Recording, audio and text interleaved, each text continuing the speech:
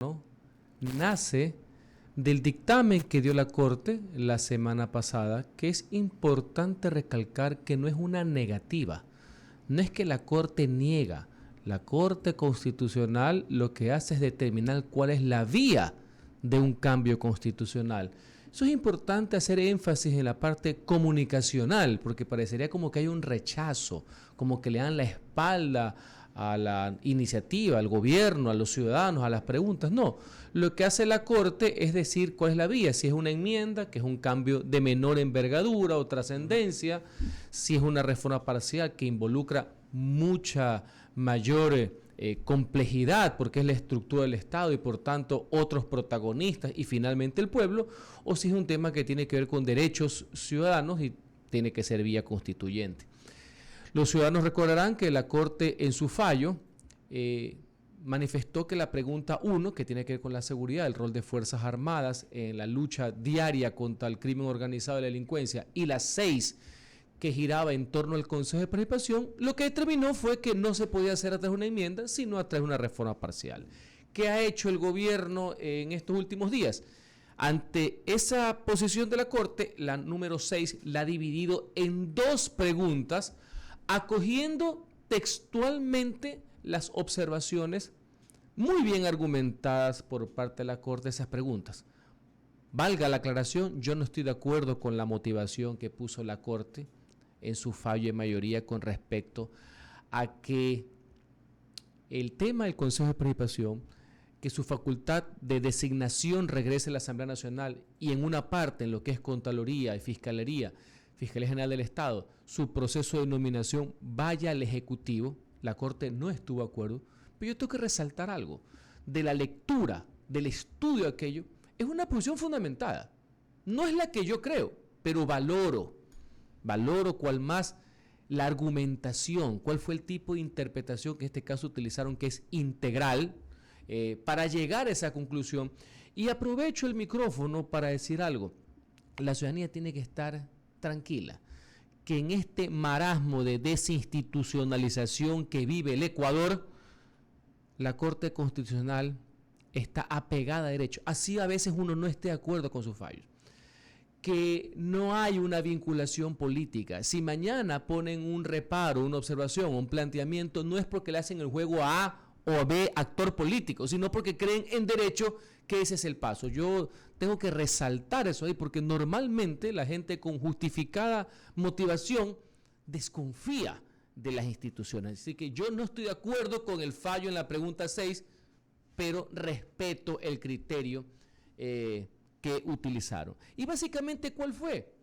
Ellos manifestaron de que era reforzar un hiperpresidencialismo el hecho que el presidente pueda nominar autoridades de control por fuera del procurador superintendentes, que en la actualidad ya lo hace, valga la acotación,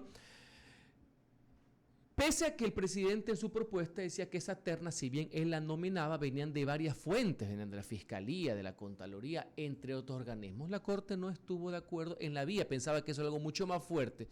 Yo no tenía ningún problema. Así ha sido en la historia constitucional del Ecuador desde siempre, lo hemos conversado aquí en este panel, hasta el cambio que vino en el año 2008.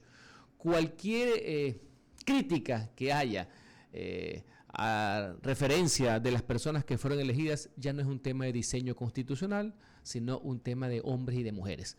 No me cansaré en repetir, si hay un presidente que es un truán y si hay unas asambleístas que son prácticamente indescriptibles e incalificables, no esperen mucho las personas que van a ser designadas. Pero eso no es un problema de la Constitución, es un problema ya de actitud de las personas. El presidente en estas dos preguntas, el gobierno nacional, se para y dice, bueno señores, la asamblea va a tomar las atribuciones de designación que tiene el consejo y tal como dice la Corte, la elección va a ser a través de procesos públicos, absolutamente públicos, cualquiera se puede inscribir y después de unas valoraciones, etcétera, la Asamblea Nacional procede a designar. Le quitan esa facultad. Y la otra pregunta que queda separada, que ya estaba en el paquete inicial de las 6 y que la Corte no objetó la vía, es que los consejeros de participación ciudadana, que han sido fruto de todo un vaivén desde su invención de este bodrío en el año 2008, primero por concursos,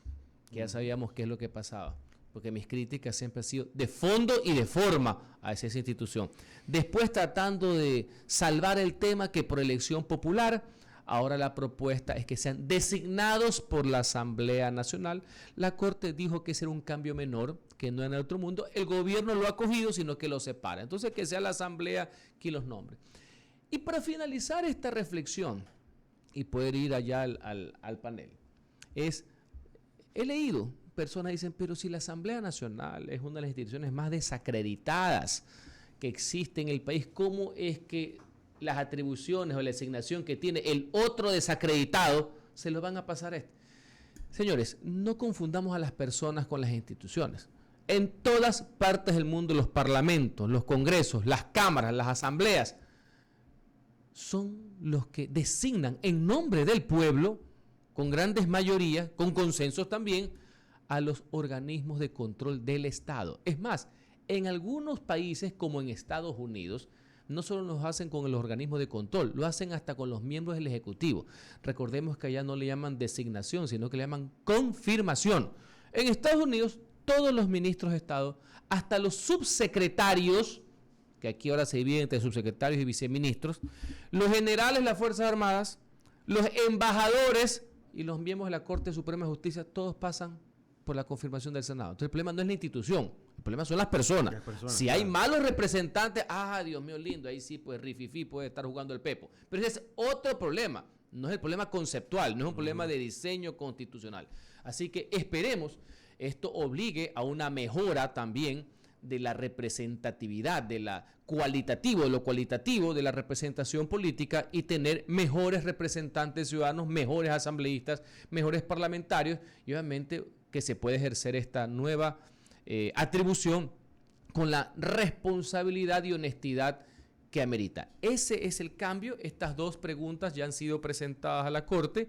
No tienen plazo la Corte para despacharla. Asumo que igual va a ser relativamente rápido porque ha estado en caliente en un tema que ya lo han tratado. Lo que está haciendo el gobierno es hacerle caso textualmente a lo que dice la Corte y una vez que dé su dictamen, ahí sí corren los 20 días de plazo para dictaminar ahora la formulación de la pregunta, para que la pregunta no esté inducida, si es que cabe la palabra, hacia a la respuesta. Y recordemos finalmente que el gobierno nacional ha dicho que tiene en el banco otras preguntas que ya no son de cambios constitucionales, sino de cambios legales, y ahí sí, propiamente hablando, es una consulta popular. También tendrán que pasar por la Corte, pero ya no para dictaminar la vía, sino simplemente para calificar que no estén en contra de la Constitución. O sea, solo uno de los dos pasos. Ojalá que esto se pueda dar. Ratifico lo que siempre he pensado, un proceso de referéndum y de consulta siempre será oportuno, siempre será importante que el pueblo ejerza estos procesos de democracia directa, sin perjuicio de quien convoca, sin perjuicio que los gobiernos sean populares o impopulares. El pueblo tiene el derecho a tomar sus decisiones, motivar sus cambios directamente sin intermediarios, no ser un mero espectador, sino un actor de los procesos democráticos.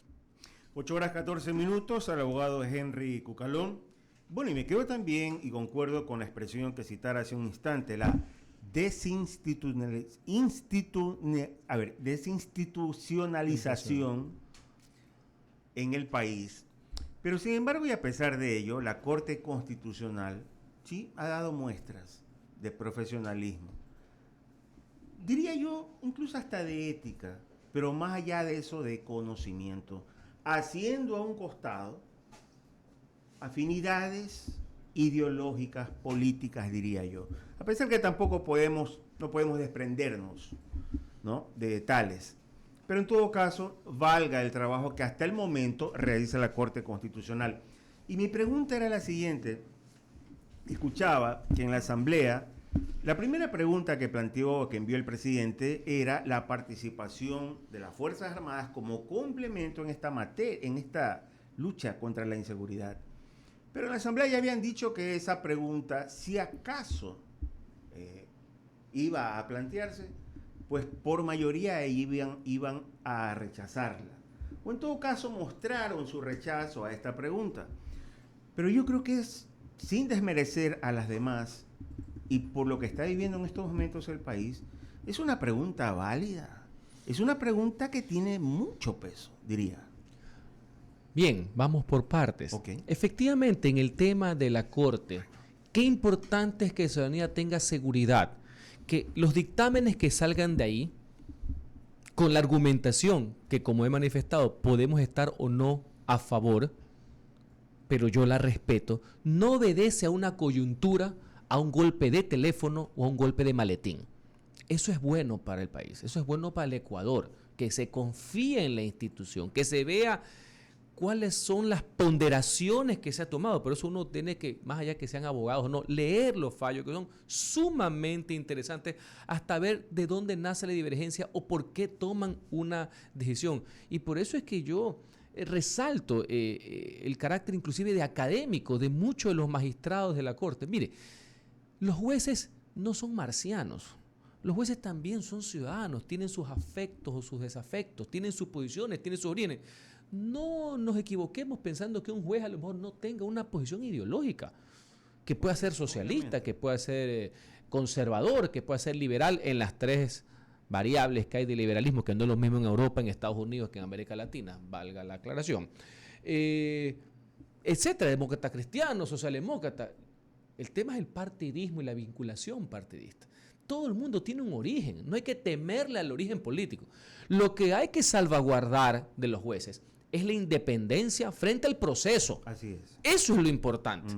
¿Cómo justifica? No es que yo fallé en contra de fulano porque le ordenó el que lo puso. ¿Estamos? Eso es lo peligroso. O de pronto de manera visceral. De manera visceral, sin justificación alguna. Entonces, es más, si usted se fija, como anécdota, ahí entre los magistrados que fallaron en la 1 y la 6 por otra vía, no es que no le dan paso, sino que le dicen que es por otra vía. Inclusive hay magistrados brillantes, académicos, gente de primer nivel, que fueron propuestos en la terna del Ejecutivo. Para que vean, esa es la verdadera independencia. Vayamos aprendiendo eso. Pero no es que le dice es por otra vía porque me caes mal, Claro, porque eres impopular, porque me llamaron de fuera del país, porque soy tuitero. No, señor, es porque yo creo, porque he escrito 12 libros sobre eso y toda mi vida creo que esa es la salida, más allá que uno no la comparta. ¿Ya? Entonces, eso es bueno para el país. Eso yo quiero dejarlo de relieve. No, muy bien. Y ahora, concuerdo con ello. Vamos bien al segundo tema. Concuerdo contigo. La pregunta 1 que tiene que ver con la seguridad era el núcleo de la consulta. Por todo lo que estamos viviendo, de este hecho sin precedentes del crimen organizado narcotráfico, muchísimo superior, muchísimo. No hay referencia alguna con relación a lo que vivimos en los 80 con el incipiente guerrilla y cuasi terrorismo que se vivió a partir del año 1983 y 84. Entonces, el tema de las Fuerzas Armadas. Pero aquí mismo debatimos desde antes que la Corte dé su criterio de la vía, de que era un tema complejo, no por la necesidad, que hay una coincidencia general, era complejo jurídicamente, ya sea ruido, como dicen muchas personas. ¿Y por qué? Y si usted lee el fallo, ahí lo cita la Corte, porque visto transversalmente el rol de Fuerzas Armadas para defender la integridad y la integridad territorial, todo lo que es la amenaza externa, no la interna. Uno, o sea, no es la configuración normal. Esto sin perjuicio que sabemos que las Fuerzas Armadas tienen una preparación, una metodología distinta a la de lucha contra el crimen. Una cosa es la teoría delincuencial y otra cosa es la doctrina del enemigo. Es otra forma inclusive de reaccionar, otro armamento. Todo es distinto y por eso es que la Constitución en varios pasajes y con control político y jurídico habla que las Fuerzas Armadas, señala que las Fuerzas Armadas solo pueden participar en situaciones de excepción, no en la regla, no en la generalidad, en la excepción que se denomina la emergencia. O sea, por periodos cortos, porque no es normal que haya gente con camuflaje, con un M16 cruzado, caminando por la calle aquí y en ninguna parte del mundo. Claro. A la gente que le gusta viajar, insisto, ojalá más Washington y menos Orlando. No sé si se han fijado, en Estados Unidos las Fuerzas Armadas no caminan por las calles, ¿no? Solo como anécdota. Y ni siquiera después del 9/11. Son la Guardia Nacional y la Policía. Fuerzas Armadas es otra cuestión, ¿no? Eso es importante dejarlo ahí de señalado, dejándolo ahí picando cartas, como se dice. Que no se confunda, y es importante esta aclaración que hace usted, abogado, porque Claro, cuando uno, qué sé yo, declaran, por ejemplo, alertas naranjas, que fue a raíz del 11 de septiembre, cuando usted ve ahí a militares, no son Fuerzas Armadas, como usted bien señala, es Guardia Nacional. Guardia Nacional, solo por distinto. Excepción momentáneamente, pero caminando en el centro, militares, meto esas palabras mayores. No. Pero a lo que quiero ir, entonces, esa situación de excepción, el gobierno lo propone, yo creo que era viable darle una nueva reorientación. Señores, el tema del enemigo externo ya no es como antes, ahora nuestro hermano país del Perú. Ya no es eso con que vivimos, con que nos formamos quienes tenemos cierta edad.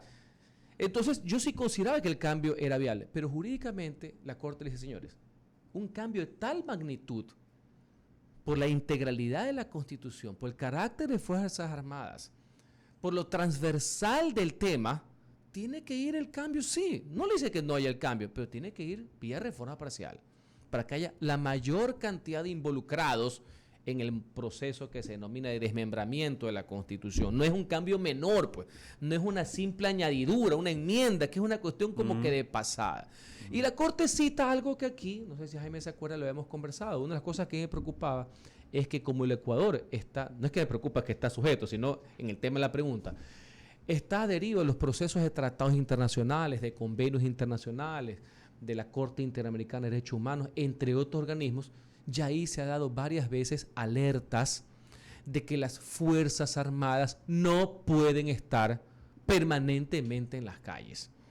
O sea, ya había esos señalamientos y los cita el dictamen de la Corte. Entonces, a resumidas cuentas, yo sí creo que puede haber, y ojalá, no solamente que podamos ir en su momento una reforma parcial. No ha dicho que no se puede hacer. La coyuntura política es distinta, compleja, porque en el Congreso no es que hay opositores, hay una mayoría que no sabe dónde está parada, ¿no? Ese es un tema peor que sea de oposición. Y algunos ameritan intereses inconfesables. Llega el momento que entremos a un debate como país, y hay muchas cosas que se podrán hacer vía ley.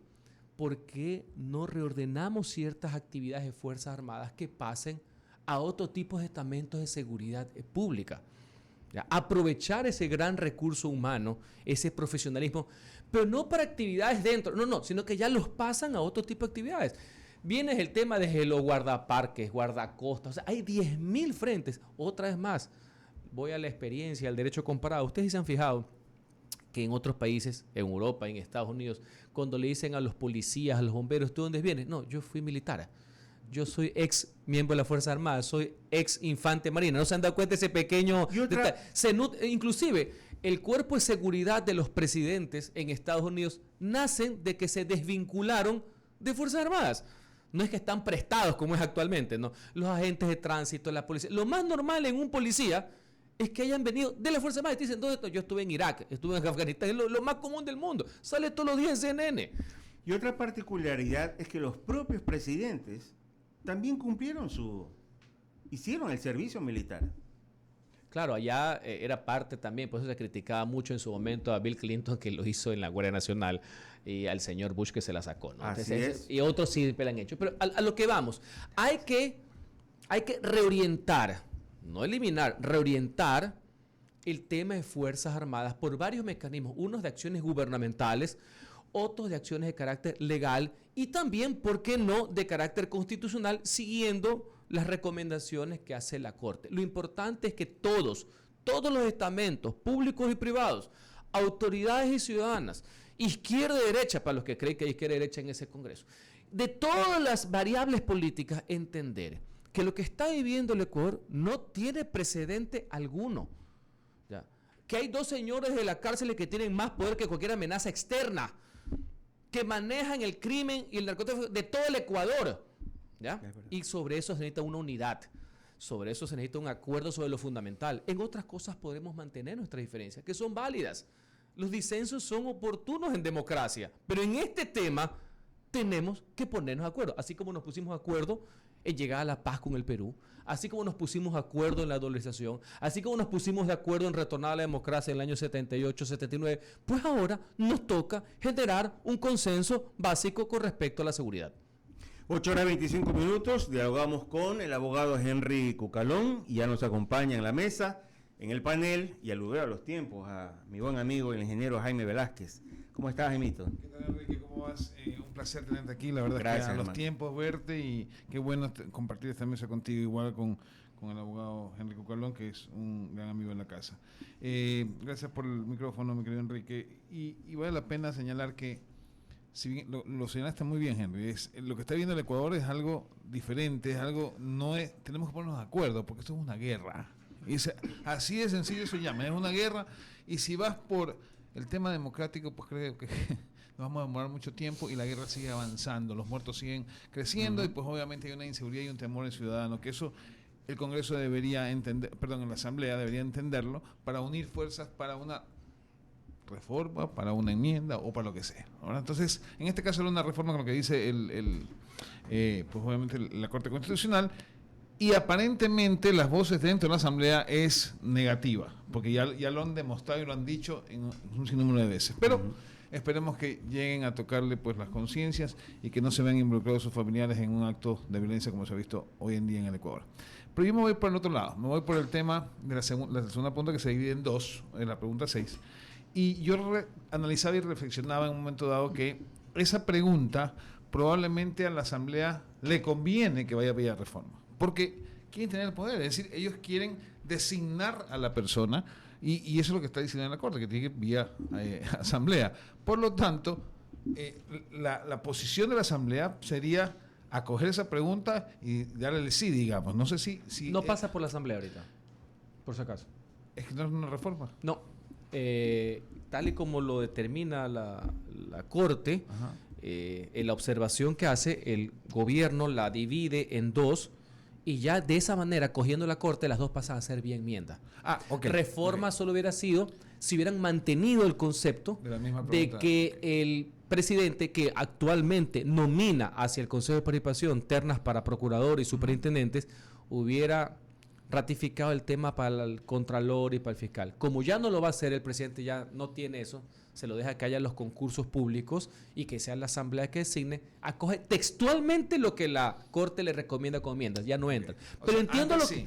En la propuesta original, la que fue, insisto, no es que fue negada, sino que le dicen que ameritaba otra vía, era de esa manera. Pero recojo a lo que vas, que más allá del procedimiento, que lo lógico, y como dicen mis hermanos colombianos, ¿qué tal si en la política hubiera lógica, no? Sí. Sería que la Asamblea, ya no en el dictamen, sino en su actitud, que es lo que se le pide, igual que en la seguridad, ¿no? Correcto. Lo que se nos pide es una actitud, estar en la misma línea, caminar por el mismo tramo. No debería incomodarles, porque regresa esa potestad, más allá que no va a ser para estos asambleístas, no a la Asamblea como órgano legislativo. En papeles debería ser así. Yo tengo mis serias dudas, porque eso obligaría a actuar también con responsabilidad, a llegar a consensos básicos propios de una democracia. ¿Cuál es el problema? El problema no ha sido solamente institucional con la Asamblea, sino que el poder político, que a veces se refleja orgánicamente, a veces inorgánicamente, a veces a golpe de teléfono, y ahora de Zoom también, encontró que, si bien antes criticaba el Consejo de Participación, fondo y forma, ahora la clase política le fascina por el Consejo de Participación. Claro. Porque se han dado cuenta de una fórmula mágica, pues, que estos personajes, y lo respeto individualmente, entre comillas, estos personajes que supuestamente son ciudadanos, en la práctica son políticos disfrazados de ciudadanos. No es que vienen de hacer actividad comunitaria, como era Obama, que se hizo famoso porque era activista comunitario en Chicago. No. Y de ahí se hizo político. No.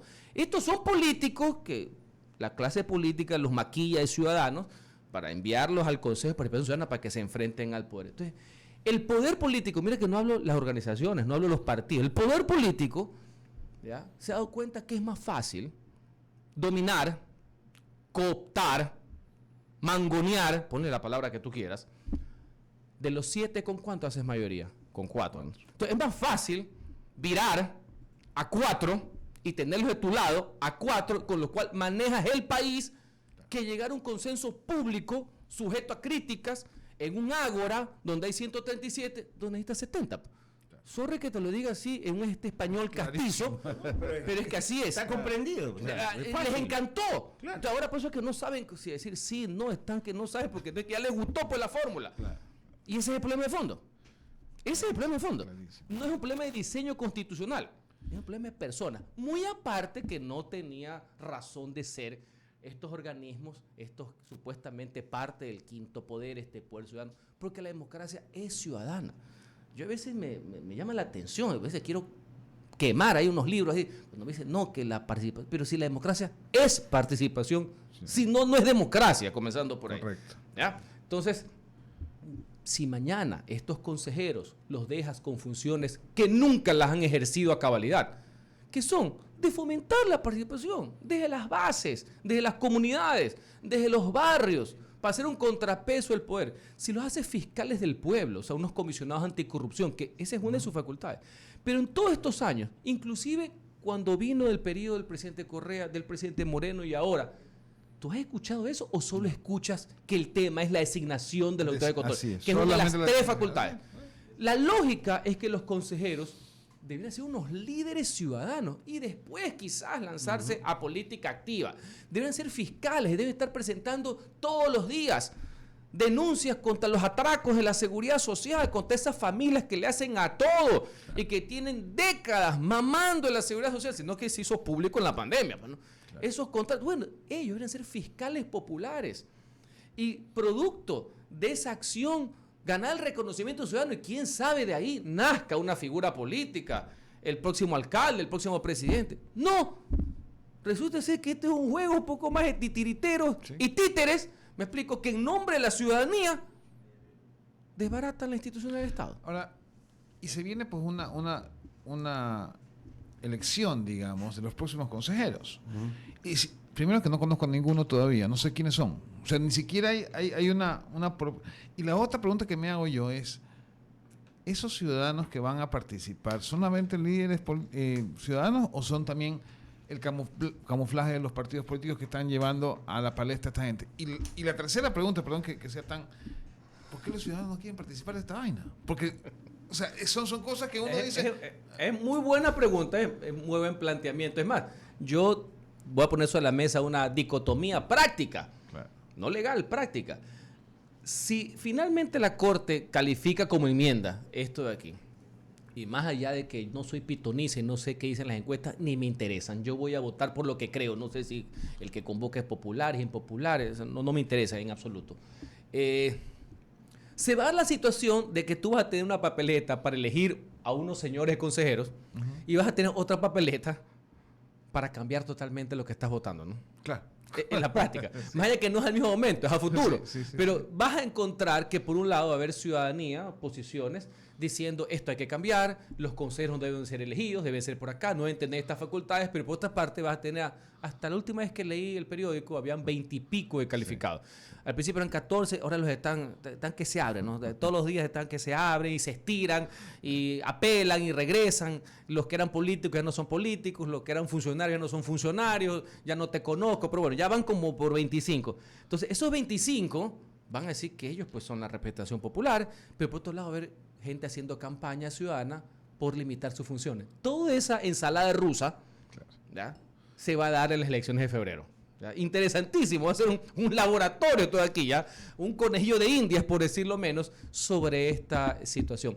Una acotación, no sé si ustedes se han fijado, está en la ley, los consejeros, candidatos a consejeros no pueden hacer publicidad normal como hacen los políticos, por eso que tienen que hacerla en paralelo, y ya se ve que hay algo en redes sociales, no tienen el tipo de pautas normales como tienen los candidatos, alcaldes, prefectos, etcétera, concejales en las elecciones. Por eso es que se ven abocados en este experimento que viene. Ese es uno de los temas, inclusive yo tengo que aceptar, yo siempre pensé que esto tiene que ser eliminado, pero como no se podía, el presidente Moreno presentó esta fórmula de pensar que podía mejorarse esto haciéndolo por voto popular, y yo tengo que aceptar que voté que sí, porque en últimos casos yo pensé que, bueno, puede cambiar el tema de la legitimidad, que es el origen.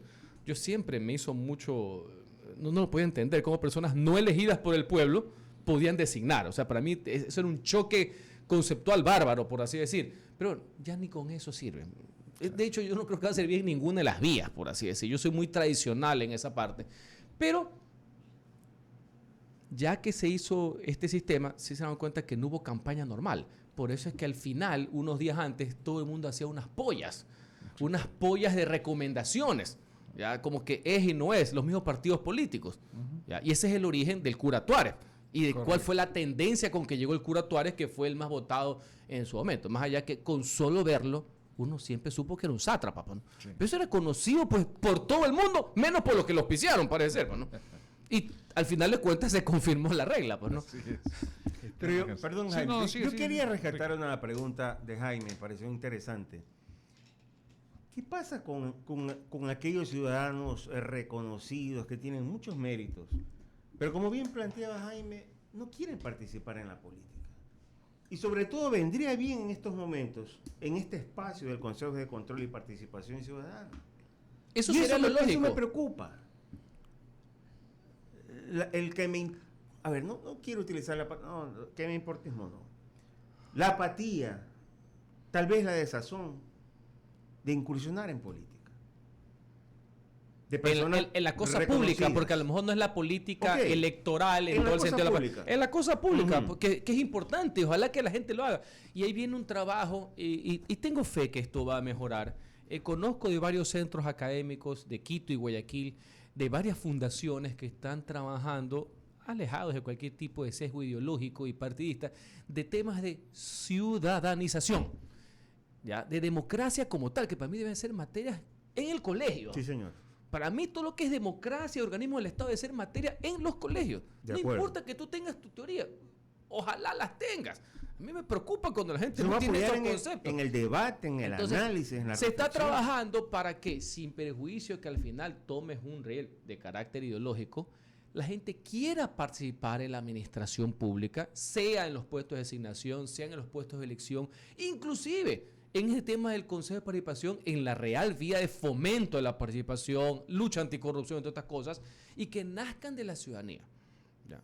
Realmente, de ese tipo de procesos se está trabajando. Lo que pasa es que lastimosamente no es de la noche a la mañana estos procesos. Y claro, yo entiendo también cierto desánimo que pueda existir, cierto hasta punto hasta temor con toda esta cosa que ha habido, inclusive lo que se puede denominar judicialización de la política, entre otras cosas, malas prácticas. Mira el mensaje, yo lo he señalado aquí varias veces, mira el mensaje que a veces son peores que las normas que se le ha dado al país. Lo que ha pasado con la Contraloría General del Estado. Institución preclara, ¿ya? La institución base del núcleo de lo que es la defensa de los recursos públicos. El órgano de control máximo. Siempre había un respeto absoluto. Por ahí debería haber existido alguna mala experiencia, etc. Los dos últimos contralores, mire, qué calaña han sido. Dios. Han arrastrado a la institución. Lo que antes era un honor ir a trabajar en su momento. Acuérdense ustedes, ir a trabajar en la Contraloría, al Banco Central, a la Procuraduría. Claro que sí. Entonces, la gente de la Contraloría, ¿dónde piensa que vienen? ¿De qué forma te van a asaltar? No digo como institución, sino por esos malos. Mire el trabajo que hay que hacer para reivindicar, para limpiar a las instituciones producto de estos malos elementos. Así es. Entonces, por eso es que profesionales de primer nivel tienen desconfianza de entrar al sector público. ¿Ya? Más allá de las típicas vicisitudes que pueden existir y temas complejos que hay, que siempre habrán, obvio, esos son los desafíos que hay que afrontar, las dificultades que siempre habrán, el control que siempre tiene que existir, pero es que hay ese desánimo también hacia la cosa pública, producto, entre otras cosas, de eso, ¿no? Correcto. Queremos agradecerte, Henry, por el tiempo. Esperamos verte la próxima semana nuevamente con un nuevo tema y pues obviamente darnos tu opinión y sobre todo estas mesas de diálogo que son muy buenas para enriquecer justamente a la ciudadanía. Muchas gracias. Gracias, Jaime. Gracias, Enrique. Un gusto. Gracias. Buenos días con todos. Nos vamos a un pequeño corte comercial, regresamos enseguida. Adelante, Charlie.